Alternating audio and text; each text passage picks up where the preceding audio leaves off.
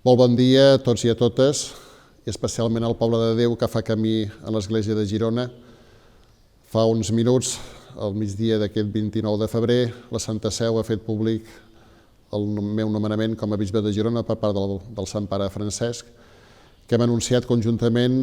mossèn Lluís Sunyer, administrador diocesà des de Girona, i aquí al monestir de Poblet, amb l'arquebisbe Joan i jo mateix. Voldria, en sintonia amb el missatge que he fet arribar a mossèn Lluís Sunyer perquè el repartigués a tots els diocesans i tot el poble de Girona,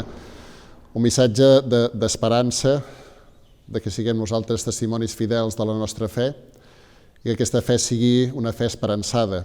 que creem esperança en tota la societat, i això ho aconseguirem sobretot si vivim la nostra fe amb caritat, amb amor als germans i repartint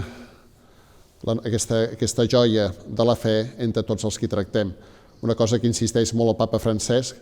i que ja insistia també el papa Benet, que la fe no s'imposa sinó que es proposa, que la fe, diguem-ne, que és encomanadissa i és aquest missatge de joia i d'esperança el que hem de transmetre a tots els que tinguin contacte amb nosaltres, és a dir, a tothom.